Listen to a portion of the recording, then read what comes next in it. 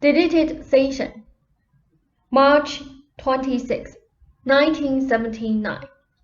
Now, good evening. Time. It takes so much physical time to perform any given number of physical activities. The physical act of writing itself takes time.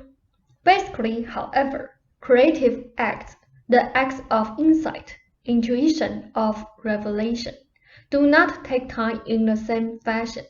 They often appear suddenly. A moment's insight, for example, a moment's, might carry you in a flash where your intellect alone could not travel in years. It might take you years, possibly, to thoroughly discuss all of the ramifications of that insight, but the original creation comes from framework 2 into your time. Taking it for granted again that physical limitations of time exist. Nevertheless, when you become overly concerned with the seeming shortness or lack of time, it is almost always because you have fallen back to conventional ideas. You have only so many moments in a day, but the conventional version says, really, that those are surface moments, that you, say, run from one to the next, as if time were a moving sidewalk with the past moment vanishing forever. In that version of events, you must indeed be very careful of how you use time. Prevent your use of creativity when, of course, literally now, that is quite impossible. No one can steal your time, or in any given moment prevent you from using your creativity. The belief, however, can certainly make that appear true. In the first place, your intuitions are of course always working. Regular working hours can give you a time framework you need, in which those ideas can appear, but the ideas themselves and the insights often come to you particularly when you are not thinking of work, when you are doing any of a number of other things. Encounters with others that often appear as distractions are instead springboards for insights that you may not have had otherwise. I am not saying that you should not have regular working hours. I am saying that you should change your beliefs concerning the nature of time and creativity. And for Ruber, time, creativity, responsibility, and work. If you become more aware of those issues, the time that you have, all of it, will quite literally seem to expand. Ruber in one moment is often mulling over and mentally arranging his time, figuring out how he will get such and such done an hour or 2 hours from then.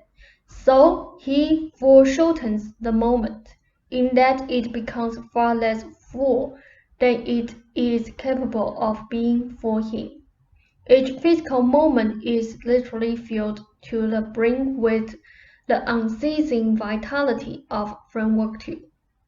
Regardless of what you are doing at any given time, the creative abilities are always active, and they seize upon the most mundane circumstances as well as the most profound, seeking to bring to the surface of consciousness the greater dimensions of awareness that are possible.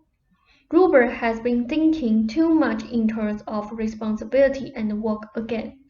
The attitude turns beloved projects into pursuits that must be performed along the surface of the moments. He has begun 7, and so it must be finished. Because, while he loves the book, he has begun to think of it as work. So poetry lately, again, does not fit in, for he must have a certain number of pages to show that he had used his time properly. There is no way to use your time properly. Properly is not the way to use time. Left alone, your creativity knows its own rhythms and drinks at the springs of Framework 2 at its own delightful leisure. That delightful leisure, that loafing the store, from Ruber's White Man, the point, is what ends up producing the kind of great creative works that Ruber searches for. What I am saying again is quite apart from your having regular working hours, but you would do far better to choose another word than work. Your intuitive hours, perhaps, or your creative hours, even better, for in that kind of atmosphere the greatest works would result. Framework 2 and its creativity takes advantage of your time, and will appear within it. But it operates according to the processes of association, and those processes dip in and out of time constantly. I often break off book dictation also at certain times to help relieve Ruber of feelings of responsibility when he thinks that he should have book sessions because of the responsible work involved. Poetry, painting, and outdoor bodies are quite as much a part of his work as anything else he does. To some extent, all of this applies to you also. Now, Ruber's body is responding far more than either of you presently realize, and this is because in that regard Ruber's beliefs have been changing at a fast rate. Here, the ideas of responsibility also have some application. He does not have a responsibility to sit considering at his table, as if creative ideas could only find him there. This does not mean, again, that there is anything wrong with his sitting at his table 5 hours steadily if he wants to, but that he must loosen his beliefs about work and responsibility. He did not remember this afternoon's message. The reason he did not is also the reason why people often do not remember certain dreams. The real communication is not verbal.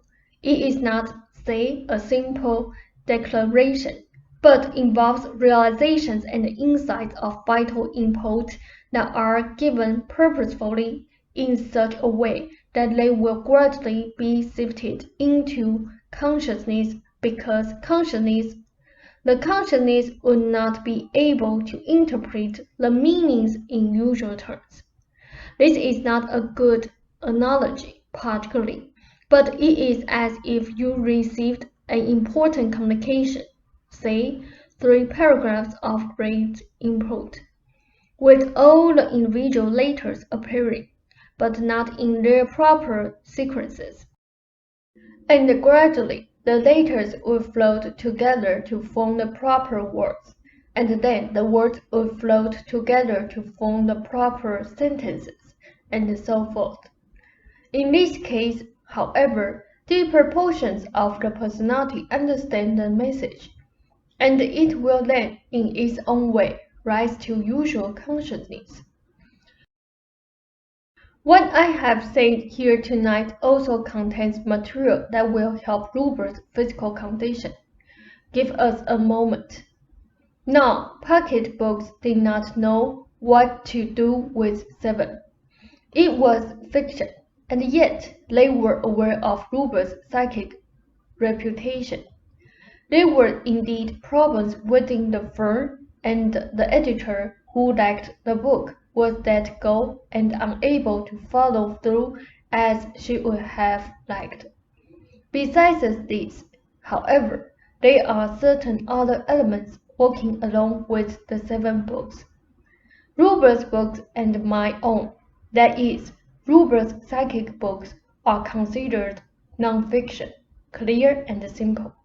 The 7 books are considered novels, yet they are not science fiction. It is understood that the author is breaking new ground. Some people who read our other books are afraid to read the 7 ones, for if Ruber writes fiction, which means not fact, then they fear the line between fact and fiction blurs, and the word is the truth in capital letters. The mass reader is used to conventional science fiction. The metaphysical elements are actually quite at variance with the science fiction audience. The reincarnational aspects in particular. The book's very originality, therefore, to some extent, has limited its readership. This is no simple Star Wars, for example. At the same time, all of this is known.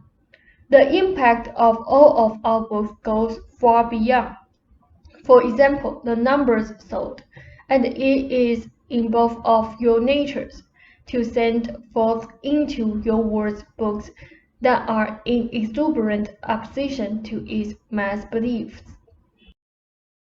So you can hardly expect the readership of Gothic novels. Even I am more realistic than that.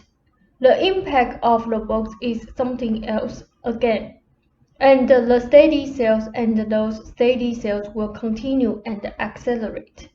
In terms of fiction, there are set categories, and 7 fits none of them. You are setting yourself new categories. Enjoy the privilege, the ability, and the rewards, for the books do sell. People do listen, particularly in the beginning, for all of your joint complaints about Prentice. Prentice was innovative, Ram noted with humor. Say said, I believe that Sadat on television this evening said that it takes time for old ideas to change. You are working for a peace treaty of a different nature. I am not putting down the species in any way. Yet it is true to say that people who are beyond their time or ahead of it cannot expect most people to accept their ideas so readily. The mass-based sellers, for example, will you want to have the beliefs of the authors or the readers? I do not believe so.